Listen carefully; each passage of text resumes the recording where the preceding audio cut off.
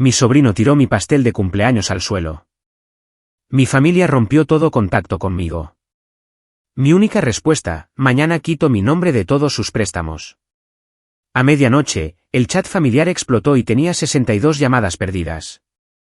Valentina, de 34 años, siempre creyó que la familia significaba amor incondicional hasta mi cumpleaños el mes pasado.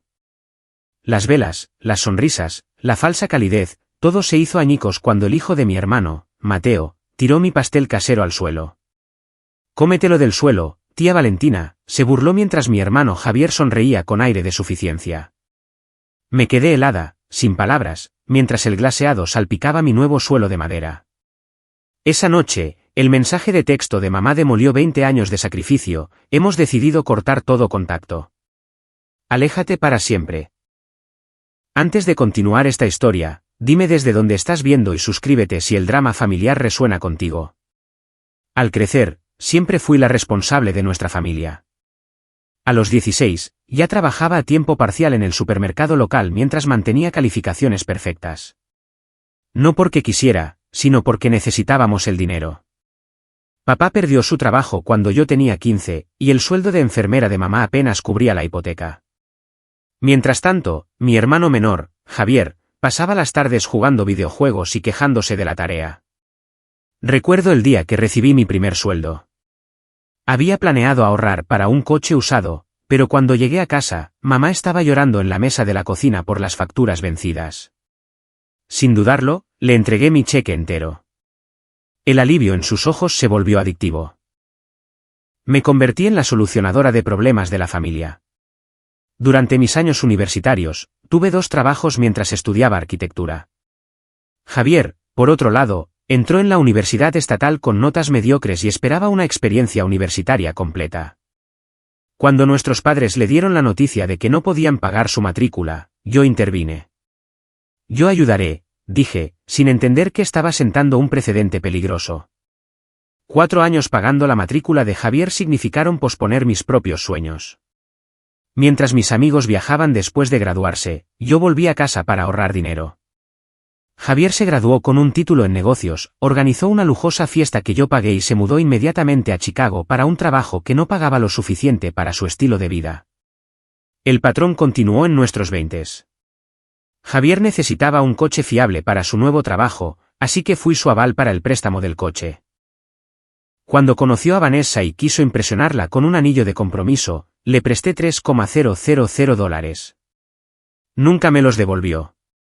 Cuando encontraron su perfecta primera casa 2 años después, ¿adivinen quién fue el aval de la hipoteca? Yo. Mientras tanto, mis padres normalizaban esta dinámica.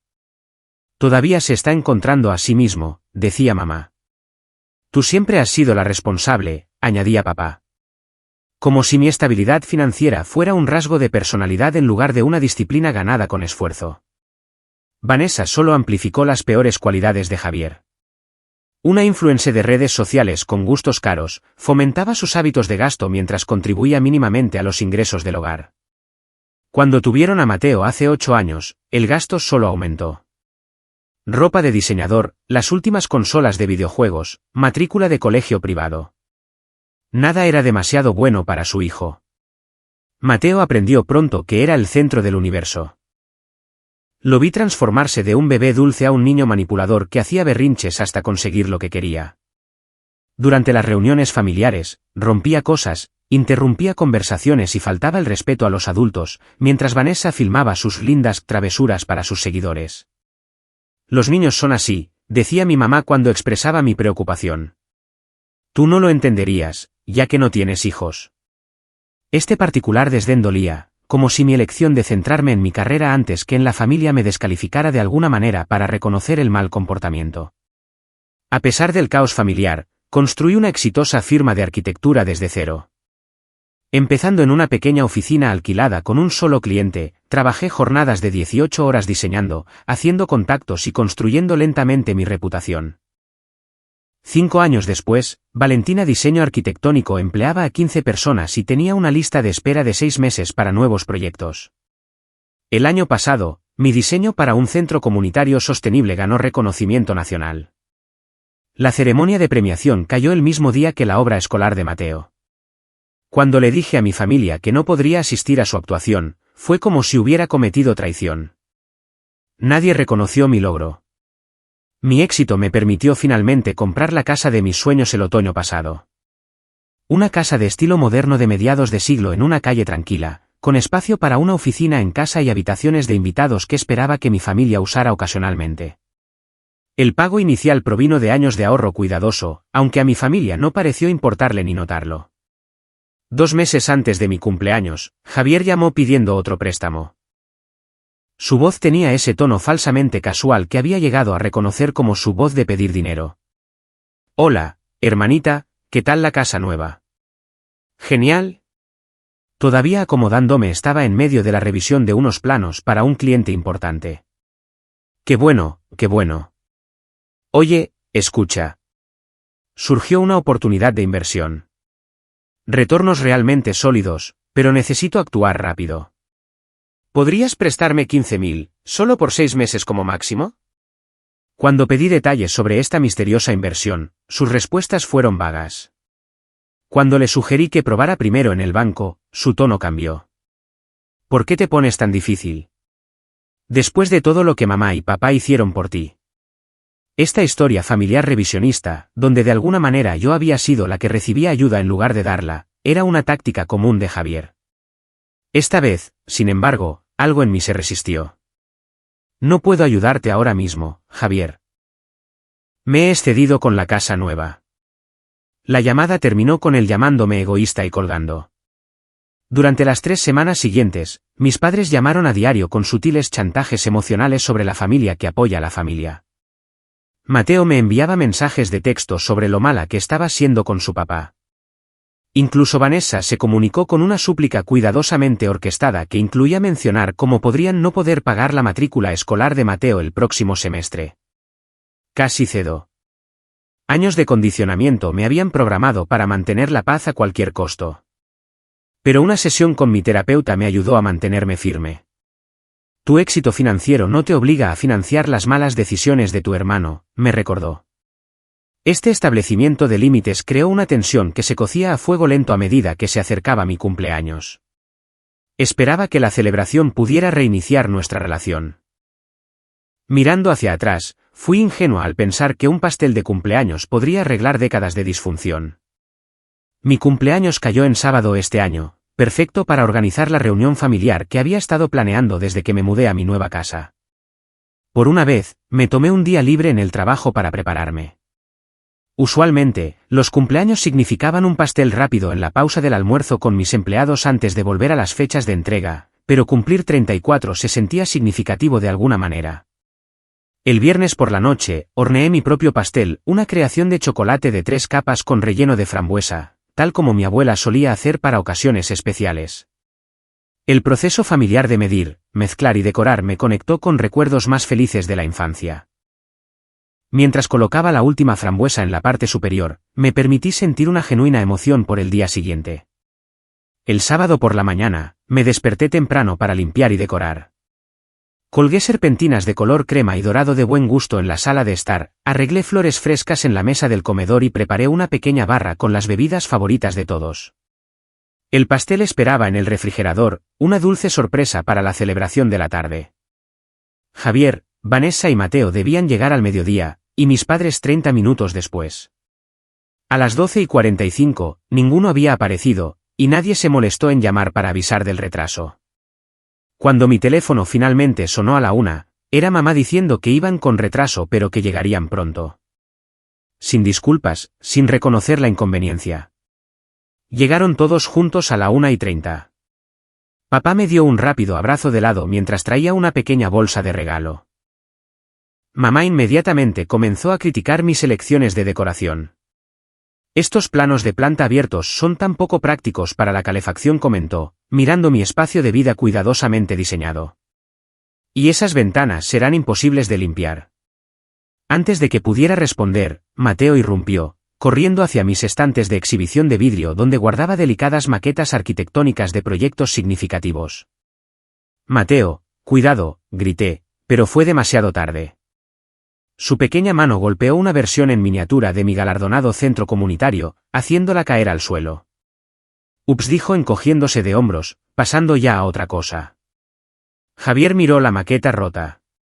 Cosas de niños, dijo, sin hacer ningún movimiento para ayudar a limpiar o disciplinar a Mateo.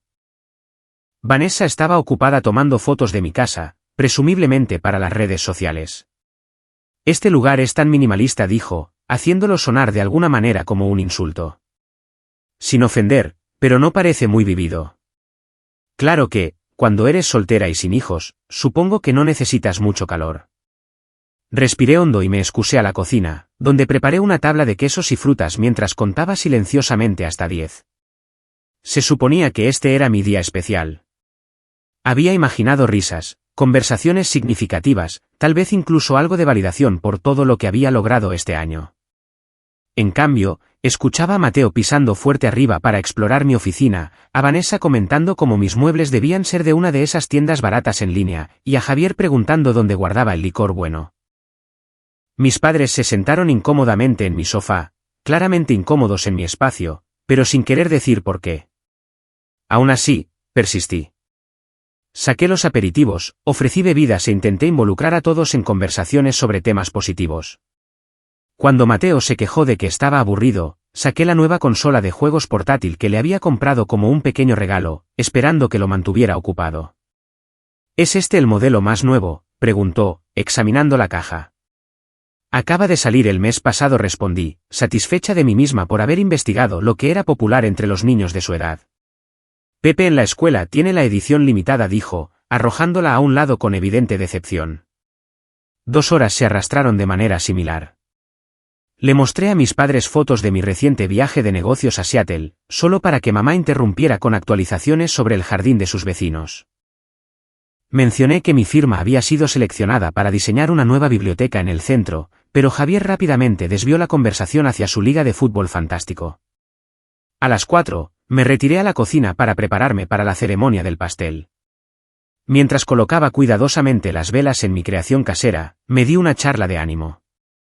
Esto todavía se puede salvar, susurré. El pastel cambiará las cosas. Me ajusté mi corona de cumpleaños, una tonta tradición de la infancia que esperaba que trajera algo de alegría nostálgica, y practiqué mi sonrisa en el reflejo de la puerta del microondas. En mi imaginación, sacar este pastel transformaría de alguna manera la tarde, creando el momento familiar cálido que había estado anhelando desde que me mudé a esta casa demasiado vacía. Con los hombros hacia atrás y la barbilla en alto, llevé mi obra maestra hacia el comedor, donde todos se habían reunido a petición mía. Por un breve momento, verlos a todos sentados alrededor de mi mesa se sintió bien, como la escena familiar que siempre había querido crear en esta casa. Antes de comer pastel, solo quiero agradecerles a todos por venir, empecé, dejando el pastel y ajustando mi corona de cumpleaños. Significa mucho tener a la familia aquí en mi nuevo hogar. De hecho, tengo una noticia emocionante que compartir. Mi firma ha sido seleccionada como una de las 5 finalistas para el Premio Internacional Reynolds de Diseño Sostenible, que es un gran honor en mi campo. Papá asintió vagamente. Mamá dijo, «Qué bien, querida». Javier estaba mirando su teléfono debajo de la mesa. Vanessa se estaba retocando el lápiz labial usando la cámara de su teléfono. Mateo se había levantado de su asiento y estaba dando vueltas a la mesa, mirando el pastel con una expresión que no pude descifrar del todo. Algo en su movimiento parecía depredador, pero descarté el pensamiento como injusto. Solo era un niño de 8 años emocionado por el pastel. De todos modos continué, tratando de ocultar mi decepción por su reacción. Estoy feliz de que estemos todos juntos hoy. Comamos pastel. Tomé el cuchillo del pastel, sin darme cuenta de que estos serían los últimos momentos normales antes de que todo cambiara. El tiempo pareció ralentizarse cuando Mateo se acercó al pastel. Noté sus ojos entrecerrados, la ligera sonrisa que se formaba en la comisura de su boca, pero mi cerebro no pudo procesar lo que estaba a punto de suceder lo suficientemente rápido como para detenerlo. En un movimiento rápido y deliberado, las pequeñas manos de Mateo presionaron contra el borde de mi plato de pastel, enviando la receta de mi abuela a deslizarse por la mesa y luego por el borde. El pastel pareció flotar en el aire por una fracción de segundo antes de que la gravedad lo reclamara, con el lado del glaseado hacia abajo, sobre mi nuevo suelo de madera. El sonido que hizo fue suave, un golpe sordo que de alguna manera resonó en el repentino silencio. El relleno de frambuesa salpicó hacia afuera como la escena de un crimen. Manchas rojas llegaron a los zócalos blancos a 1 metro de distancia. Migas de chocolate se esparcieron por el suelo que había trapeado cuidadosamente esa mañana. Me quedé helada, con el cuchillo del pastel todavía en la mano, mientras 34 velas apagadas rodaban en diferentes direcciones. El pastel en sí yacía destruido, las capas deslizándose, la cuidadosa decoración borrada. Antes de que pudiera ordenar mis pensamientos, Mateo dio un paso adelante, señalando el desastre con una satisfacción inconfundible. «Cómetelo del suelo», tía Valentina dijo, su voz cortando el silencio. No hubo una risita infantil para suavizar la crueldad, ninguna indicación de que fuera una broma mal concebida. Sus ojos, tan similares a los de Javier, contenían un desafío frío. Miré a Javier, esperando la intervención parental que nunca llegó. En cambio, vi la ligera curva ascendente de sus labios. No una sonrisa completa, pero lo suficiente para confirmar que una parte de él disfrutaba este momento de humillación. Mamá jadeó, llevándose la mano a la boca en lo que parecía ser shock, pero no le dijo nada a Mateo.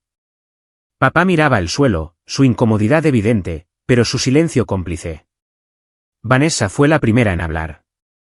«Oh, Dios mío», dijo sin moverse para corregir a su hijo o ayudar a limpiar. ¡Qué desastre! La habitación permaneció suspendida en este cuadro por lo que parecieron minutos, pero probablemente fueron solo segundos. No podía encontrar las palabras.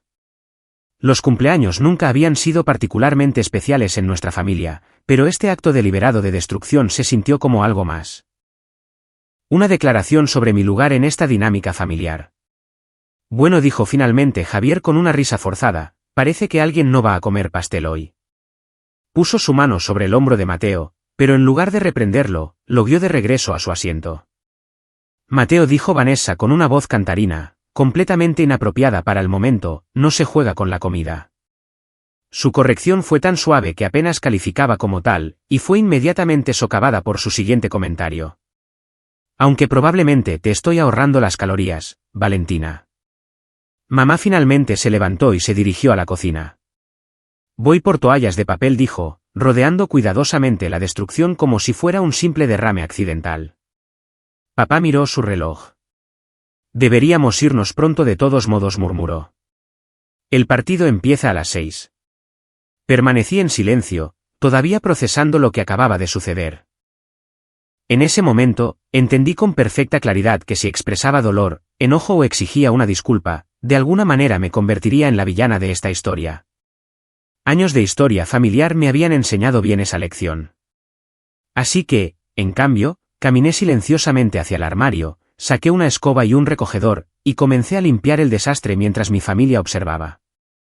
Nadie ofreció ayuda. Estás exagerando, dijo Javier mientras yo barría metódicamente las migas de pastel. Fue un accidente. Los niños hacen cosas así. No fue un accidente, respondí finalmente, mi voz más firme de lo que me sentía. Y los niños hacen lo que se les permite hacer. Esta simple declaración de hechos creó una tensión inmediata. El rostro de Vanessa se sonrojó. ¿Estás diciendo que somos malos padres? Estoy diciendo que Mateo acaba de destruir algo que hice y me dijo que me lo comiera del suelo. Y ninguno de ustedes parece pensar que eso requiere una disculpa genuina. Javier se levantó, con el rostro ensombrecido. Tiene 8 años. No tienes hijos, así que no lo entenderías. Vamos, Mateo. Recoge tus cosas. Nos vamos. Pero ¿y los regalos?, se quejó Mateo, sin mostrar remordimiento por sus acciones. La tía Valentina está de mal humor, le explicó Javier a su hijo como si yo no estuviera allí. Haremos lo de los regalos otro día. Los siguientes 15 minutos se desarrollaron con una incomodidad insoportable. Mis padres decidieron que también debían irse temprano, citando el mismo partido que papá había mencionado antes. Ayudaron a Javier y su familia a recoger sus cosas mientras evitaban el contacto visual conmigo. Mientras se preparaban para irse, escuché a mamá susurrarle a Javier cerca de la puerta principal. Siempre ha sido demasiado sensible. ¿Recuerdas cómo lloró cuando rompiste su proyecto de ciencias en la secundaria? La comparación era tan absurda, equiparando un accidente infantil de hace 20 años con la acción deliberada de Mateo hoy, que casi me río. En cambio, continué limpiando en silencio, quitando el relleno de frambuesa de entre las tablas del suelo con una toalla de papel. «Feliz cumpleaños, cariño», dijo mamá rígidamente mientras salían por la puerta. Papá me dio otro abrazo de lado. Ni Javier, ni Vanessa, ni Mateo se despidieron. Luego se fueron, dejando mi casa inquietantemente silenciosa, excepto por el sonido de sus coches alejándose. Terminé de limpiar el pastel de mi suelo, luego me senté sola en la mesa de mi comedor, con la corona de cumpleaños torcida, mirando el espacio vacío donde había estado mi pastel. El sol de la tarde entraba a raudales por mis criticadas ventanas, creando patrones en la mesa. Por primera vez en todo el día, pude respirar. Pasaron las horas mientras procesaba lo que había sucedido. Pedí comida para llevar que no comí, abrí una botella de vino e intenté salvar mi cumpleaños con una película. Alrededor de las 9, mi teléfono sonó con un mensaje de texto. Esperaba una disculpa. Quizás mamá había llegado a casa, reflexionado sobre los eventos del día y se había dado cuenta de lo inapropiado que había sido el comportamiento de todos. Quizás Javier había entrado en razón después de un poco de distancia de la situación. En cambio, vi un mensaje de mamá en nuestro chat grupal familiar. Después de discutir los eventos de hoy, hemos decidido cortar todo contacto. Tu negatividad y juicio son dañinos para Mateo. Aléjate para siempre. Debajo había una notificación, a Javier le gustó este mensaje. Las palabras se volvieron borrosas mientras las lágrimas llenaban mis ojos. Décadas de cumpleaños, vacaciones y días ordinarios pasaron por mi mente. Todas las veces que había estado presente, había colaborado, había pagado y me había quedado callada por el bien de la armonía familiar. Todo borrado con un solo mensaje de texto porque tuve la audacia de esperar que un niño no destruyera mi pastel de cumpleaños. Puse mi teléfono boca abajo en la mesa de café y lloré hasta que no me quedaron lágrimas. Luego, con una claridad nacida de la traición absoluta, volví a tomar mi teléfono. El mensaje seguía allí, palabras crueles brillando en la oscuridad de mi sala. Mis pulgares se movieron por la pantalla, escribiendo una respuesta que había contenido durante años. Mañana quitaré mi nombre de cada préstamo. Pulsé enviar y apagué mi teléfono. El silencio en mi casa después de apagar el teléfono se sintió a la vez aterrador y liberador. Por primera vez en años, no estaba accesible a las demandas familiares o a los chantajes emocionales. Me acurruqué en mi sofá, envuelta en una manta, y me permití sentir plenamente el dolor de lo que acababa de suceder. En algún momento alrededor de la medianoche, el agotamiento me venció y me quedé dormida allí mismo en mi sala. Soñé con pasteles de cumpleaños explotando y miembros de la familia riendo mientras el glaseado me cubría de pies a cabeza. Cuando llegó la mañana, desperté con los ojos hinchados y una extraña sensación de resolución. El shock inicial había dado paso a algo más, una determinación que no sabía que poseía. Mi primera llamada fue a Elena, mi mejor amiga desde la universidad y la única persona que había presenciado el alcance total del comportamiento de mi familia a lo largo de los años. Hicieron que, la voz de Elena se elevó con incredulidad mientras le contaba los eventos del día anterior. ¿Y luego te cortaron el contacto después de todo lo que has hecho por ellos? Les dije que quitaré mi nombre de los préstamos, admití, de repente insegura. ¿Fue demasiado duro? La respuesta de Elena fue inmediata. ¿Estás bromeando? Eso es lo mínimo que deberías hacer. Te han estado abusando financieramente durante años, Valentina. Aprovechándose de tu éxito y generosidad sin dar nada a cambio. Escuchar a otra persona llamarlo abuso financiero me provocó un escalofrío. El término nunca se me había ocurrido antes, pero encajaba perfectamente. Pero son familia, dije débilmente, la familiar justificación surgiendo automáticamente a mis labios. La familia no trata a la familia como un cajero automático, replicó Elena. Y ciertamente no dejan que un niño te humille en tu propia casa y luego te culpen por estar molesta por ello. Hablamos durante casi una hora. La justa ira de Elena en mi nombre ayudó a fortalecer mi resolución. Para cuando colgamos, tenía un plan. Primero, volví a encender mi teléfono. El bombardeo fue inmediato. Las notificaciones inundaron mi teléfono con un constante sonido que casi parecía una alarma. Las ignoré por el momento e hice otra llamada, esta vez a Bruno, mi asesor financiero. Necesito desenredarme financieramente de mi familia, expliqué una vez que lo tuve en la línea. He sido aval en varios préstamos y necesito entender mis opciones para retirarme. Bruno fue profesional y no juzgó, centrándose en los hechos en lugar de la situación emocional detrás de mi solicitud. Programamos una reunión de emergencia para esa tarde. Trae toda la documentación que tengas, me aconsejó. Y prepárate. No será un proceso rápido ni fácil. Mi siguiente llamada fue a Teresa, una amiga de la Facultad de Derecho que se especializaba en Derecho de Familia. Aunque era domingo, aceptó reunirse conmigo para tomar un café y discutir las posibles implicaciones legales de lo que estaba planeando. Lo que describes es un caso clásico de enredo financiero, explicó Teresa mientras tomábamos lácteos. Tu familia ha desdibujado sistemáticamente los límites hasta que tus recursos fueron vistos como propiedad comunitaria. ¿Pueden demandarme por retirar mi apoyo?, pregunté, expresando mi mayor temor. Para los préstamos en los que eres aval, en realidad te estás protegiendo al abordar esto ahora, explicó. Como aval, eres legalmente responsable si ellos no pagan, lo cual suena cada vez más probable. Sin embargo, deberíamos discutir el impacto potencial en tus padres si tienen ingresos fijos y si quieres considerar un enfoque más gradual. Aprecié la perspectiva equilibrada de Teresa. Me ayudó a entender que no tenía que elegir entre un enredo financiero completo y un corte absoluto. Había caminos intermedios responsables que me protegerían mientras minimizaban el daño a los miembros de la familia genuinamente vulnerables. De vuelta en casa, pasé horas organizando documentos financieros, creando una hoja de cálculo de cada préstamo en el que había sido aval, cada préstamo temporal que nunca había sido devuelto y cada gasto recurrente que cubría para los miembros de la familia. La cantidad total era asombrosa, más de $130,000 en obligaciones activas, sin contar lo que ya había pagado o dado como regalos a lo largo de los años. Verlo todo listado en blanco y negro fue a la vez nauseabundo y esclarecedor. Esto no era una ayuda ocasional en tiempos difíciles. Era una explotación sistemática que había moldeado toda mi vida adulta. Escribí una lista detallada de pros y contras para cada posible curso de acción, desde no hacer nada hasta retirar completamente mi apoyo financiero. El ejercicio me ayudó a separar las reacciones emocionales de las realidades prácticas. En los pros de mantener el statu quo, mantener la paz, evitar conflictos, no perturbar la jubilación de mis padres, prevenir posibles dificultades para Mateo. En los contras, continuar con el riesgo financiero para mí, permitir un comportamiento disfuncional, sacrificar mi propia seguridad financiera y mi futuro, permanecer en una relación unilateral, aprobar tácitamente el comportamiento de Mateo y los valores que se le estaban inculcando. Mirando estas listas, el camino a seguir se volvió claro. No podía continuar como estaban las cosas, pero también necesitaba actuar con integridad y compasión donde fuera necesario.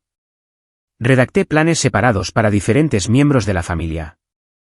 Para Javier y Vanessa, un corte limpio. Eran jóvenes, empleados y capaces de mantenerse si ajustaban su estilo de vida. Para mis padres, una transición más gradual con límites y expectativas claras. Con mis planes en su lugar, finalmente revisé los mensajes en mi teléfono. 62 llamadas perdidas, más de 100 mensajes de texto, múltiples mensajes de voz. Las marcas de tiempo mostraban una progresión desde el desdén enojado hasta la súplica desesperada a medida que la realidad de mi breve mensaje se asentaba. El más reciente era un texto de Javier: no puedes hacernos esto. Somos familia. Llámame inmediatamente. Respiré hondo y redacté un último mensaje para el chat grupal familiar. He consultado con mi asesor financiero y mi abogada. Mañana a las 10 de la mañana estaré en el First National Bank para comenzar el proceso de eliminar mi nombre de todos los préstamos. Esto no es negociable. Cualquier comunicación debe realizarse a través de mi abogada en adelante. Agregué la información de contacto de Teresa y pulsé enviar. Luego, bloqueé sus números, me serví una copa de vino, por primera vez en años, me puse a mí misma en primer lugar. La reunión en el banco el lunes por la mañana fue sorprendentemente directa. Bruno había preparado todo, y el gerente del banco, aunque claramente incómodo con la situación, se mantuvo profesional en todo momento. Firmé múltiples documentos iniciando el proceso para eliminarme como aval de la hipoteca de Javier, 2 préstamos de coche y una línea de crédito personal. Los prestamistas se comunicarán con los prestatarios principales, explicó el gerente. Tendrán opciones: encontrar otro aval, refinanciar o enfrentar potencialmente el impago si no califican por sí mismos. Asentí, sintiendo una extraña mezcla de culpa y liberación. ¿Cuánto tiempo tomará este proceso? Cada prestamista tiene procedimientos diferentes, pero generalmente entre 30 y 90 días. Salí del banco sintiéndome más ligera, como si me hubiera quitado una pesada mochila que había estado cargando durante años. Esa sensación duró hasta que llegué a mi coche y revisé mi correo electrónico del trabajo. 3 mensajes de Javier habían logrado pasar, enviados a mi dirección profesional en lugar de a la personal bloqueada. El primero era amenazante: no tienes derecho a destruir esta familia. Le diré a todo el mundo cómo eres realmente. El segundo, enviado 1 hora después, intentaba la culpa: mamá no para de llorar. Papá podría perder la casa. ¿Es eso lo que quieres? El tercero, de solo 20 minutos, cambiaba la negociación: vale, hablemos de esto. Podemos llegar a un acuerdo. No tomes ninguna decisión permanente. Borré los 3 sin responder y conduje a mi oficina, donde informé a mi asistente que ciertos miembros de la familia podrían intentar contactarme y que no debían pasar las llamadas. A media tarde, Teresa llamó con una actualización. Tu hermano intentó contactarme, dijo. Cuando le expliqué que represento tus intereses, no los suyos, se volvió verbalmente abusivo. He documentado todo. ¿Cuál es su situación financiera real?, pregunté. Basado en lo que has compartido y en lo que él reveló sin darse cuenta, están significativamente sobreendeudados, viviendo muy por encima de sus posibilidades con ahorros mínimos. Sin tu respaldo, necesitarán hacer cambios importantes en su estilo de vida. Sentí una punzada de preocupación por Mateo, que no había elegido a sus padres ni sus hábitos financieros. ¿Perderán su casa? Posiblemente, a menos que puedan calificar para una refinanciación o encontrar otro aval. Pero Valentina, esa no es tu responsabilidad. Los niños se adaptan a las circunstancias cambiantes, a menudo mejor que los adultos. A lo largo del día, los intentos de contactarme continuaron. Javier de alguna manera encontró el número de Elena e intentó reclutar su ayuda para hacer entrar en razón a Valentina. Vanessa envió correos electrónicos con asuntos que iban desde «¿Cómo pudiste hacerle esto a la familia?», hasta Mateo pregunta por su tía. El desarrollo más preocupante vino de mis padres. Comenzaron a llamar a colegas cuyos números tenían de invitaciones a fiestas navideñas, afirmando que había una emergencia familiar y que necesitaban contactarme de inmediato. Elena vino esa noche, trayendo cena y apoyo moral. Mira esto, dijo, mostrándome capturas de pantalla del Instagram de Vanessa. Vanessa había publicado una serie de fotos cuidadosamente escenificadas, ella con los ojos enrojecidos sosteniendo a Mateo, que parecía confundido en lugar de molesto, Javier mirando pensativamente por una ventana, mis padres sentados solemnemente en la mesa de su cocina. La leyenda decía, el desamor familiar es el más profundo. Cuando alguien en quien confías te da la espalda sin previo aviso, el dolor es insoportable. La familia primero, oren por nosotros. Traición. Está tratando de controlar la narrativa, observó Elena. Hacerte la villana antes de que puedas contar tu versión. No planeo contar mi versión públicamente, respondí. Esto no es un drama de redes sociales para mí. Eso es porque tienes integridad real, dijo Elena, sirviéndonos a ambas más vino. Más tarde esa noche, después de que Elena se fuera, el timbre de mi puerta sonó repetidamente alrededor de las 11:30. Mirando por las cortinas, vi el coche de Javier en mi entrada, con las luces encendidas y el motor en marcha.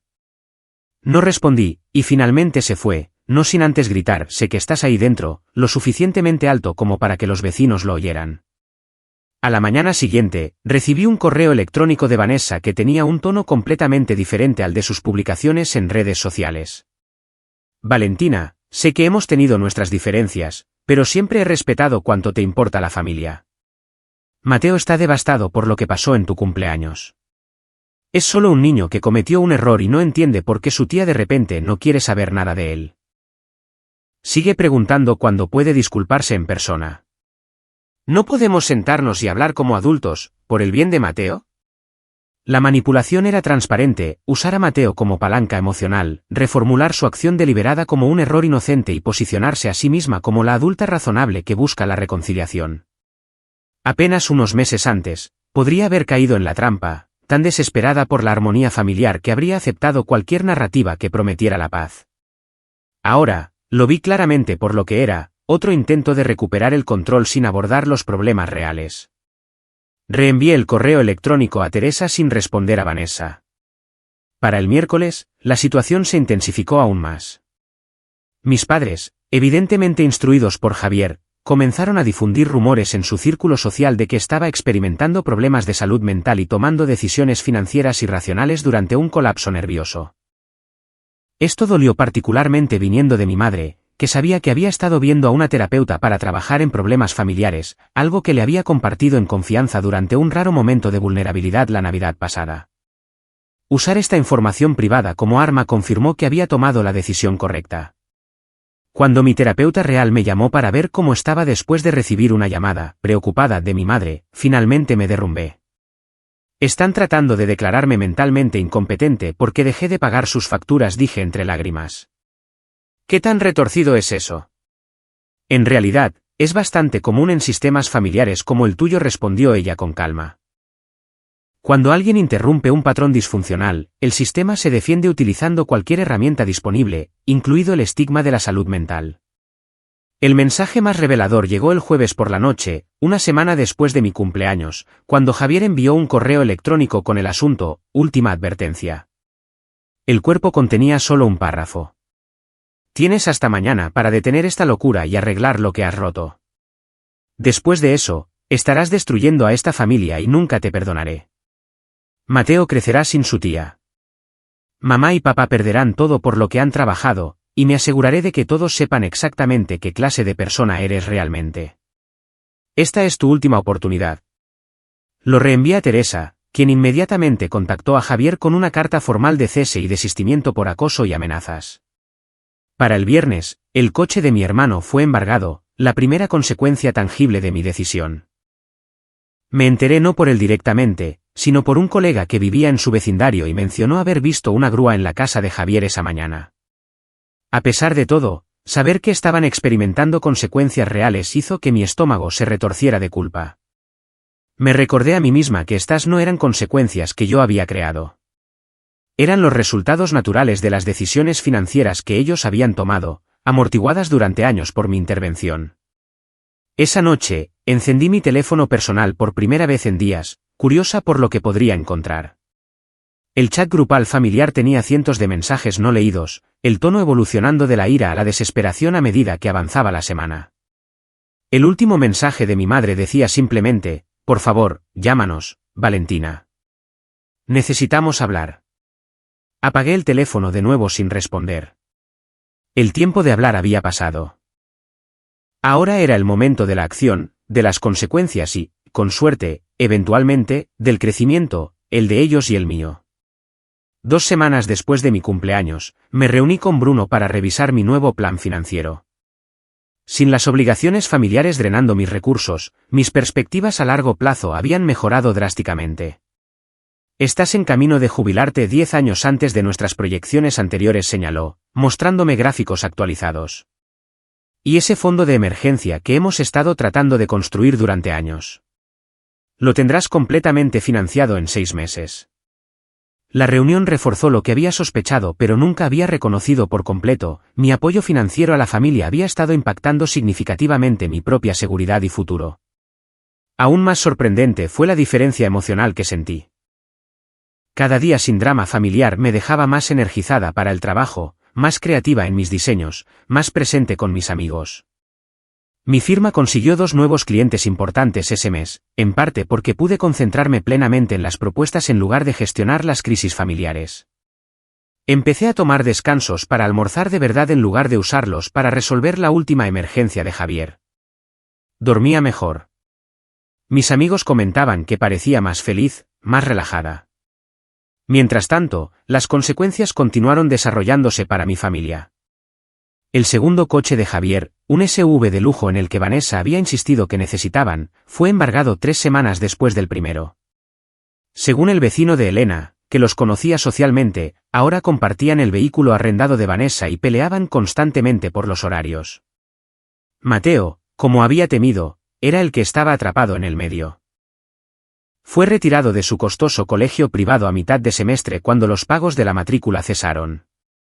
El Instagram de Vanessa, una vez lleno de fotos familiares perfectamente escenificadas, se silenció durante 2 semanas antes de regresar con citas filosóficas sobre capear tormentas y descubrir quiénes son tus verdaderos amigos.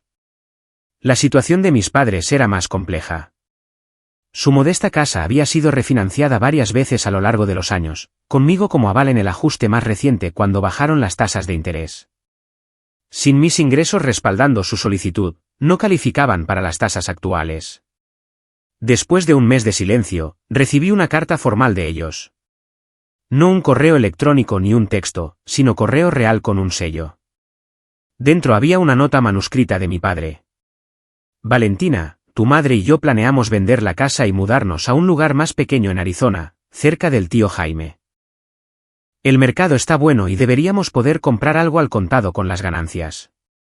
Quiero que sepas que no te culpamos por tomar las decisiones financieras que tomaste. Mirando hacia atrás, te pedimos demasiado a lo largo de los años. De todos modos, esta mudanza es lo mejor para nosotros. La artritis de tu madre mejorará en un clima más seco. Cuídate, papá. La nota no contenía ninguna disculpa por su mensaje de texto cortándome el contacto. Ningún reconocimiento del comportamiento de Mateo en mi cumpleaños. Ninguna invitación a reconectar. Pero entre líneas, sentí una aceptación reacia y quizás el comienzo de la responsabilidad. No era mucho, pero era algo. Javier y Vanessa enfrentaron los ajustes más dramáticos. Según conocidos mutuos que no podían evitar compartir actualizaciones, se vieron obligados a poner su casa en venta, enfrentando la realidad de que no podían pagar la hipoteca con sus ingresos reales. La presencia cuidadosamente cultivada de Vanessa en las redes sociales recibió un golpe cuando se mudaron a un apartamento de la mitad del tamaño de su casa anterior. Sus publicaciones sobre abrazar el minimalismo y encontrar la alegría en la simplicidad no engañaron a nadie en su círculo social, donde los rumores sobre sus problemas financieros se habían extendido rápidamente. Lo que más me sorprendió durante este periodo fue la reacción de la familia extendida y los miembros de la comunidad. En lugar de la condena universal que había temido, recibí varios mensajes silenciosos de apoyo. Mi prima Carla, a quien siempre había querido pero rara vez veía debido a la distancia geográfica, me envió un correo electrónico que me hizo llorar. He visto durante años cómo se aprovechaban de tu generosidad, escribió. En las reuniones familiares, Javier presumía de su última compra mientras bromeaba sobre cómo tú estabas nadando en dinero de arquitecta y feliz de ayudar. Siempre me pregunté cuándo finalmente dirías basta. Por si sirve de algo, muchos de nosotros respetamos lo que estás haciendo, aunque no lo digamos públicamente. Aún más sorprendente fue una invitación a tomar un café del antiguo compañero de cuarto de la Universidad de Javier, ahora un exitoso dentista en nuestra ciudad. Cuando nos reunimos, compartió historias de la manipulación financiera de Javier que se remontaban a sus días universitarios. Se le olvidaba la cartera cuando salíamos, cada vez recordó, o compraba rondas de bebidas caras para gente que apenas conocíamos, y luego decía que no tenía para el alquiler. Siempre me pregunté quién lo estaba rescatando. Ahora lo sé. Mi reputación profesional permaneció intacta a pesar de las amenazas de Javier de decirle a todo el mundo cómo eres realmente. En todo caso, los colegas parecían impresionados por los límites que había establecido, y varios me confiaron sus propias historias de enredos financieros familiares. Para la marca de los 2 meses, mi situación legal y financiera estaba en gran medida resuelta. Teresa había negociado con éxito mi eliminación de todos los préstamos en los que era aval, y los prestamistas aceptaron nuevos términos con los prestatarios principales o iniciaron sus propios procesos de cobro. El acoso de los miembros de la familia había cesado después de sus comunicaciones firmemente redactadas. Mis emociones durante este periodo fluctuaron salvajemente. Algunos días traían un profundo alivio y una sensación de libertad que no había experimentado desde antes de la universidad. Otros días, generalmente provocados por ver a una familia con niños pequeños o pasar por la heladería favorita de Mateo, traían olas de dolor tan intensas que tenía que detenerme mientras conducía. Lloraba no solo por las relaciones que había perdido, sino por las relaciones que nunca había tenido realmente, la familia solidaria por la que siempre había trabajado pero que nunca había logrado. Lloré por Mateo, que estaba aprendiendo lecciones dañinas sobre el derecho y las consecuencias.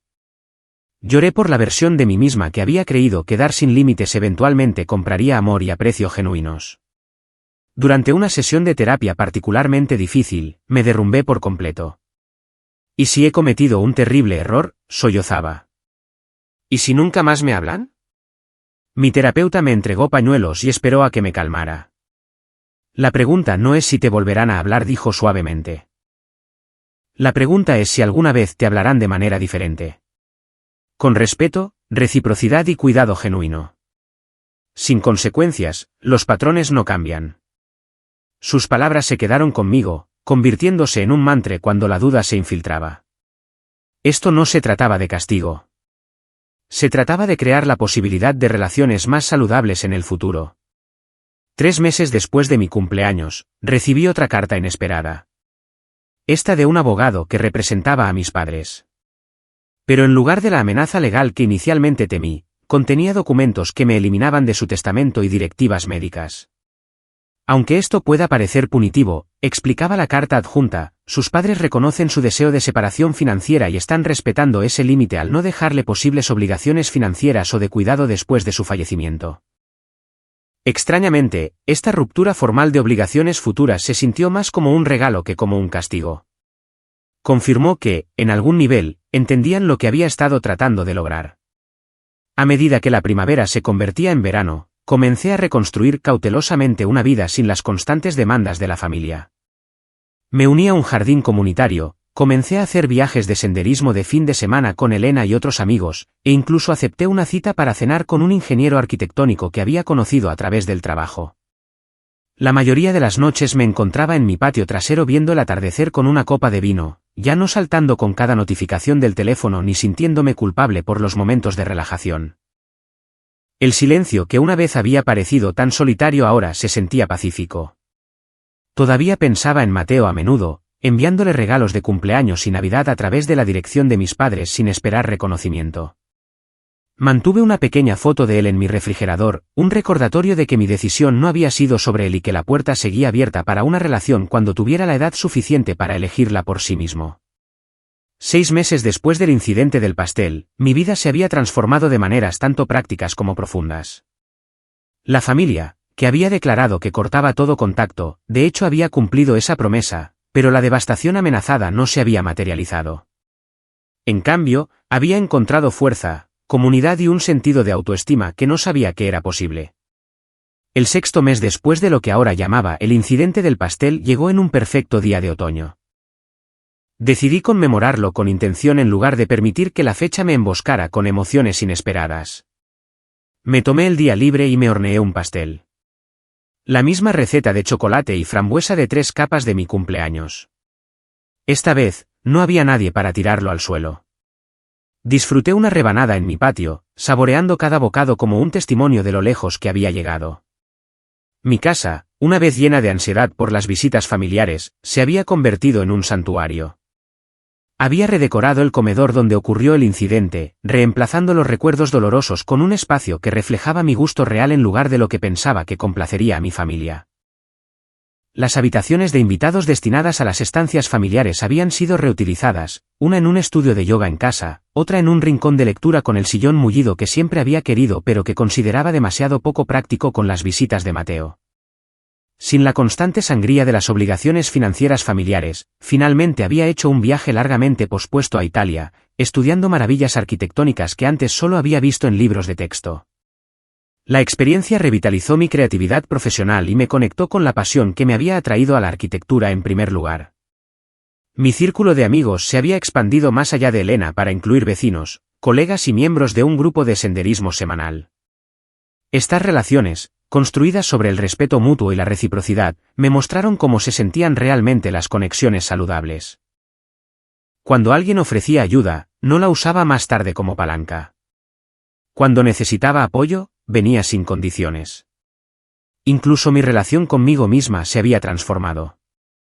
El constante zumbido de ansiedad de fondo que me había acompañado durante décadas, esperando la próxima crisis familiar, la próxima demanda financiera, la próxima manipulación emocional, se había desvanecido hasta casi el silencio. Mi terapeuta notó el cambio en nuestras sesiones. «Estás más erguida», observó, hablando con más convicción. «¿Cómo se siente eso?» Como si finalmente estuviera ocupando el espacio que me corresponde, respondí, sin disculparme por existir. Todavía había momentos difíciles, por supuesto. Las festividades traían un dolor particular, especialmente el Día de Acción de Gracias, siempre una gran reunión familiar en años anteriores. Lo manejé organizando una cena de acción de gracias para amigos y otros sin conexiones familiares, creando nuevas tradiciones para reemplazar las que había perdido. Las compras navideñas eran otro campo minado emocional. Pasar por exhibiciones de juguetes que a Mateo le habrían encantado. Sentí la ausencia de su energía caótica y me pregunté cómo estaría procesando los cambios familiares. ¿Alguien le estaba explicando por qué su tía había desaparecido de su vida?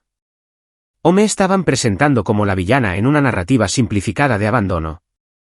Continué enviándole tarjetas y regalos en ocasiones especiales, siempre a través de la dirección de mis padres, ya que se habían mudado a Arizona como estaba previsto. Nunca recibí acuse de recibo de que estos regalos llegaran, pero enviarlos era más para mi tranquilidad que para su beneficio. Lo que no había esperado durante este periodo de sanación fue el contacto de mi prima menor, Raquel, la hija de la hermana de mi madre. Habíamos sido cercanas de niñas, pero nos distanciamos en la edad adulta, en parte porque las reuniones familiares se habían vuelto tan dominadas por el drama familiar de Javier. Su mensaje llegó inesperadamente en una lluviosa tarde de martes. Valentina, no estoy segura si querrás saber de algún familiar, pero he estado pensando en ti. Mamá me contó partes de lo que pasó, aunque sospecho que su versión está filtrada por la perspectiva de la tía Linda. Me encantaría escuchar tu versión si estás abierta a reconectar. Sin presiones de ninguna manera. Después de una cuidadosa consideración, acepté reunirme con ella para tomar un café. Nuestra reunión fue tentativa al principio, ambas evitando cuidadosamente las minas terrestres de la historia familiar. Pero a medida que la conversación fluía, Raquel reveló sus propias luchas con la dinámica de nuestra familia. Siempre admiré cómo manejabas a Javier, confesó. De pequeños, era muy malo conmigo en las reuniones familiares, escondiendo mis juguetes, llamándome nombres. Pero todos actuaban como si fuera normal porque los niños son así. Tú fuiste la única que alguna vez le llamó la atención. Su perspectiva fue una revelación, que alguien más había visto la disfunción y me recordaba como una aliada en lugar de la villana en la que me habían convertido en las narrativas familiares recientes. A medida que nuestra cita para tomar un café se extendió hasta el almuerzo, Raquel compartió más sobre sus propios límites con la familia. Mamá es muy parecida a la tía Linda, espera contacto constante, se ofende si no dejo todo por sus demandas. Verte establecer límites firmes me inspiró a hacer lo mismo, aunque sea en pequeñas cosas.